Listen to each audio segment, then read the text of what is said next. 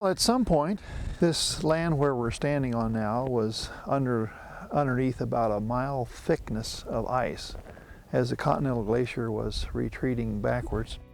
In this area, where you have this gently rolling topography with little pothole lakes, this has its undulating topography because of the uneven distribution of glacial sediments that were in the ice here, rocks and gravel, and it wasn't evenly distributed. So that's where, when the glacier melted in place, we wound up with this rolling topography, and like this would have been where a big chunk of ice would have been embedded in this material as it was melting.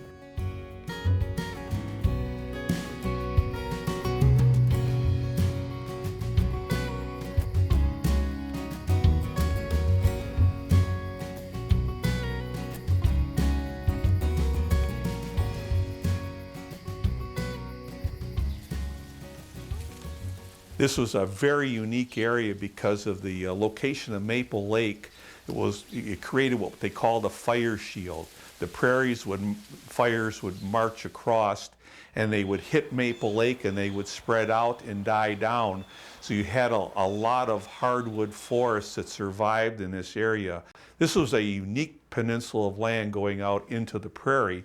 This is the farthest northwest in Minnesota that you'll find a maple basswood forest location, because it was protected by Maple Lake. The trees were able to survive in this area, so you have a real nice stand of maple basswood forest.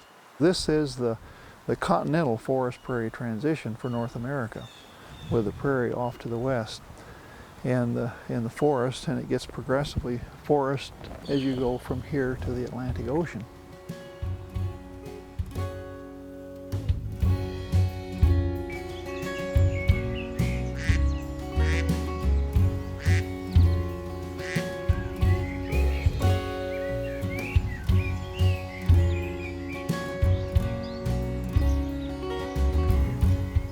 If we go back to about the 1800s, grizzly bears were here.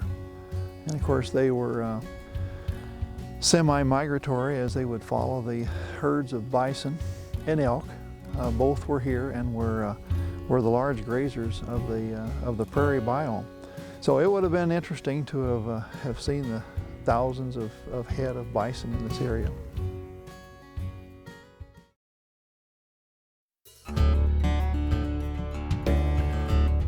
Well, the early fur traders would have come from the north, from the Hudson's Bay Company. And these were primarily French Canadians and also Metis, which were French Canadians that had taken Native American wives and their offspring. So they would have come from the north. Beaver trapping was very large, and also, of course, in the later years, when there were still buffalo here, they would kill buffalo. I remember my uncle finding a lot of arrowheads and stuff from when the Indians were here. So forestry would have been one of the major industries over in this particular area, and then more farming to the west of here in the Red River Valley.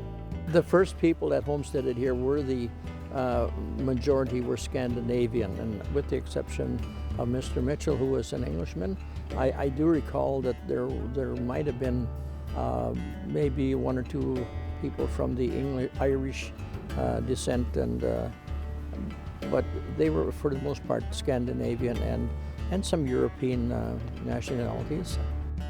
They made their log cabins out of bur oak and to some extent aspen, but bur oak would have been one of the major tree species around here, and also maple, and to a lesser extent basswood. But basswood isn't as good a building material as oak, because it just doesn't hold up. It tends to decay more rapidly. In the early days of logging, they didn't have chainsaws, so they did it the hard way with crosscut saws. There were some very good carpenters among them. I don't know, they seemed to have the trade from Norway or whatever. There were sawmills in the area too that sawed the logs and they made boards, so then they had the boards to build houses. we always had, of course, a big garden so we could have anything we wanted from the garden. We had raspberries that we picked, and they sold as summer crop. Well, when we acquired the land, a lot of the what had been prairie had been converted into farmland. It had been all plowed up. It was being farmed intensively by the person who had owned it, and he had sharecrop farmers coming in. And so he had a lot of areas that had been converted to that.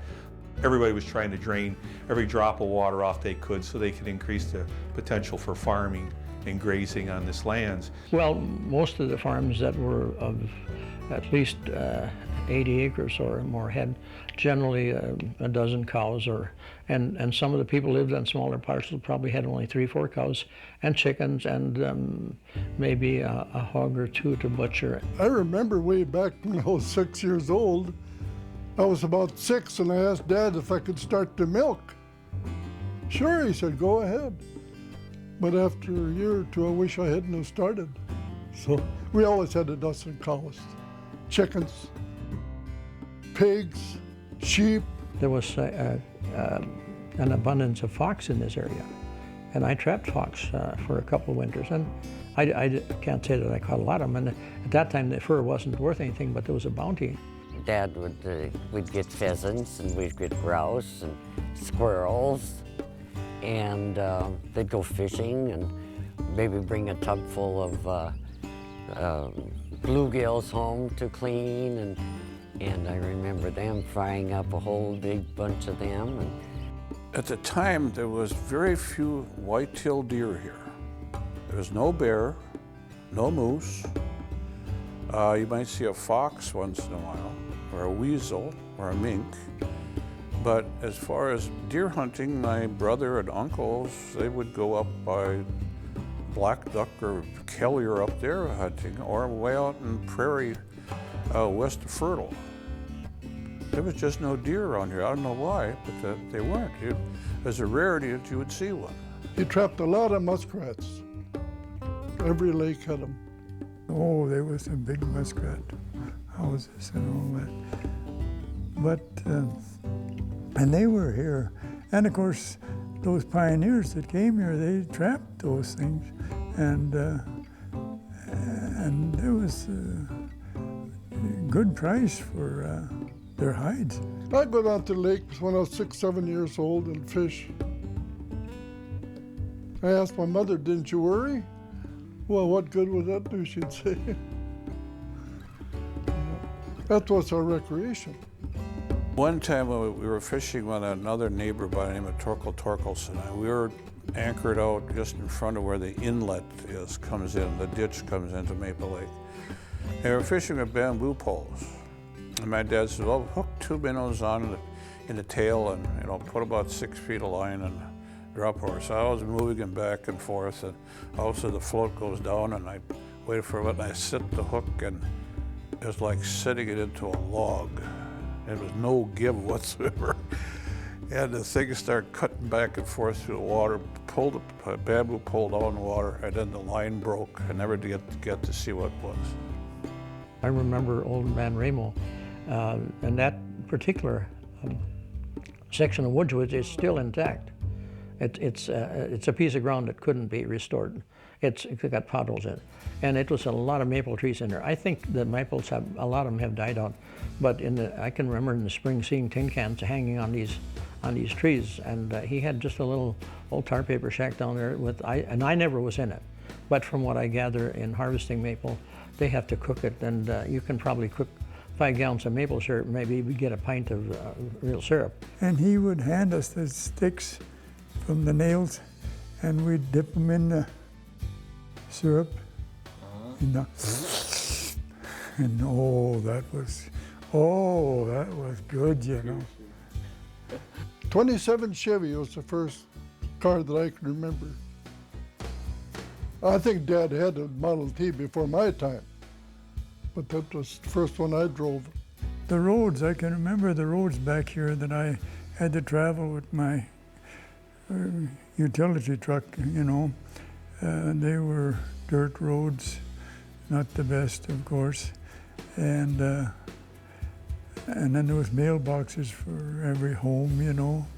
And pretty soon, why, the mailbox would be gone and the buildings would be gone and things, you know. I remember when they built the roads, the one south of Rydell, they used the horses and wagons and haul dirt with. And that was slow going.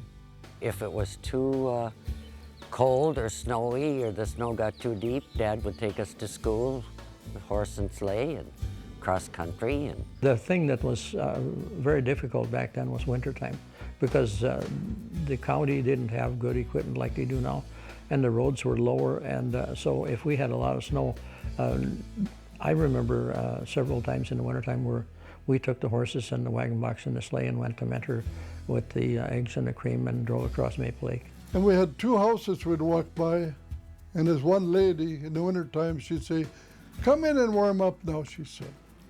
And we'd walk on the kitchen floor and the snow would melt all over. That's the kind of a lady she was. We've lost a number of lakes, and particularly the smaller wetlands that are associated with these lakes, because the deeper lakes are not so productive of waterfowl in and of themselves, because the waterfowl set up their breeding territories on little smaller associated wetlands. And so it's a complex of wetlands that has really been dramatically changed as a result of drainage. At one time, Maple Lake was dry, the big around Lake we resort to there. And they actually grew wheat and potatoes out there. And then they brought this ditch in, which brought water back into Maple again. And about 1946 or 47, they cleaned it back out again. I can remember that, they redug it. Maple Lake was dry, you walked right across it. And there was a lake south of town here. We used to hunt pheasants, we walked the whole length of it. Now there's probably 15, 20 feet of water. Most everybody that lived on the Refuge at that time were pretty much in the same boat. Nobody really had any money, but if you had a couple of cows, a few chickens and a couple of hogs, and had a major garden, and my mother put up a lot of canning and stuff, and you grew your own potatoes and carrots, you know, whatever, and you got by. But I look at those days back now, and I wouldn't want to go back to them.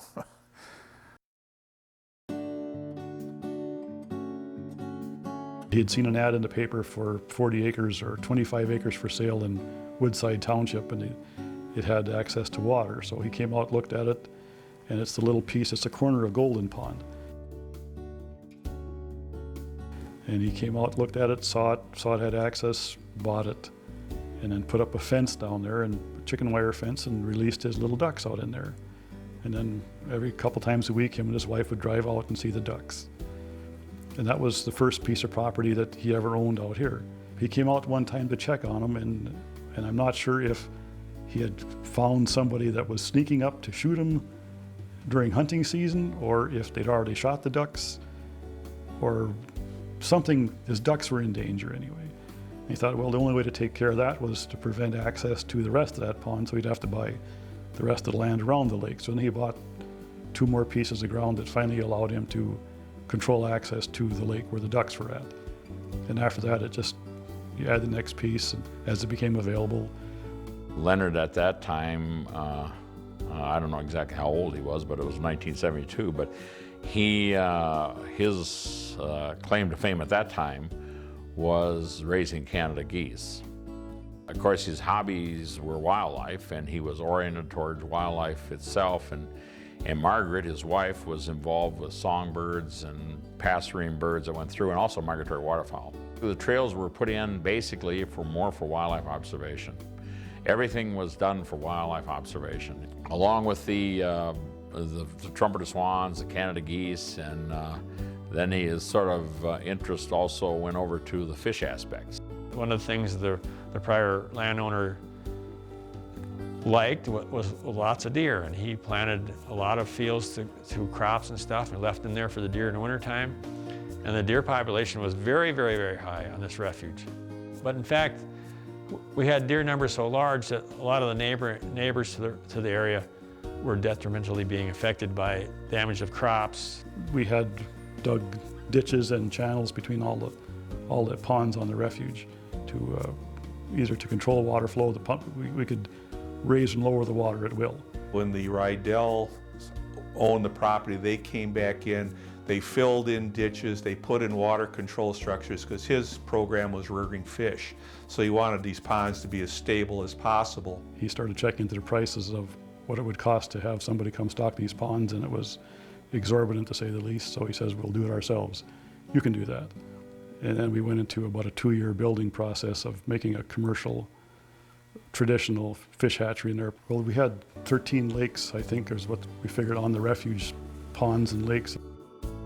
Leonard had a kind of a short attention span, I guess. He would do something with cattle, like his shorthorns, and he would get the operation up and running, and it would be the best there could be. And then he'd lose interest, and then it would be the horses, and then he lost interest, and then it was the fisheries, and then he lost interest. And after he lost interest on the fisheries, he was approached by someone, or he approached them about buying the area. After he had gone through all these aspects of raising the fish and the geese and the birds and all of a sudden he was getting older, and it got to be more of a job. It was like the job he left, he thought he was going to retire to. Well, it got to be just like having another job. They were going to develop the place. There was going to be a golf course, and they would put up condominiums and townhomes along all the ponds and keep it semi-exclusive, but it would have access to Maple, Union, and Sarah Lakes. And this Roland Siegfried at the time, he said, we couldn't let that happen. You couldn't break this up and commercialize it. He wanted to get rid of it, and of course, he had some contacts from realty people to use it as be a development, real estate development type thing, and he wasn't really into that, and especially Margaret wasn't either. Basically wanted to leave it as wildlife. He kind of took it as a personal challenge to keep it all together, and that's where the Mellon Foundation came in. At the time, Fish and Wildlife didn't have the funds to purchase it outright, and they were looking for any alternative, and that's who they settled on. Basically, the monsters, the Mellons, were the ones that came in forward and had the big bucks at the time. And it's confusing to a lot of people because, like you say, they would thought that the Fish and Wildlife would have stepped in and bought it. Well, we would have, but it would have taken a number of years to do that, and Leonard wanted to get out of it sooner than later. We were in custodial status, meaning keep the lights on and nobody comes in, nobody leaves. And all we did the first 4 or 5 years was just to clean the place to make it ready to be used by the general public. It was basically sitting here as a very nice piece of property with a lot of buildings, a lot of potential, but not a lot could happen because we didn't have the personnel or the funding to do it. The most unique thing that happened here was the development of our Friends Association, the Friends Group. If we had not had the dedicated number of people in this area that wanted to see the refuge succeed, it wouldn't be anywhere near where it is today. It started with just neighbors around here that had an interest in the refuge, and Bob Hiltner at that time was very instrumental in contacting people and twisting arms and getting people to volunteer and help out.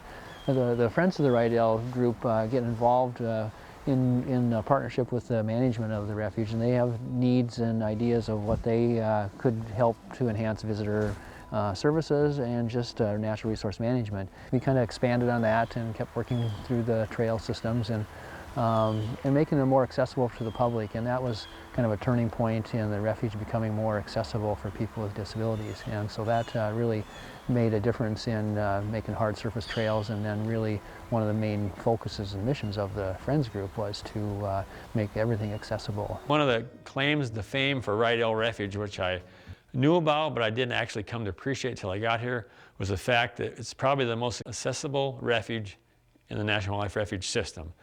There's always a fine line between providing opportunities for the public. That activity sometimes hinges on disturbance to the wildlife, and so you always balance in your mind. You really want the public to come out here to enjoy the refuge. I mean, that's the way we get our support. We want the people to appreciate what we do, to understand why we do this, and we know they'll come to us and support us in new endeavors. And on the same token, you have to be careful you're not hurting the very thing you want people to come see. Many of the refuges in the state were acquired strictly for waterfowl. You know, that the acquisition was made with their, the waterfowl species primarily in mind. This one, because of the upland hardwoods and the different types of habitat that were here, migratory songbirds are also a principal component of the refuge management plan. I've been on refuges that were over 1 million acres, and so coming to one that was only 2,200, I knew that I was thinking, wow, there wouldn't be a whole lot to do here because it was small. I was surprised in the fact that while small, it had a lot of dynamic things going on, both with habitat and the public use. As managers of National Wildlife Refuges, our goal is to provide the habitats for the wildlife that should be in that area.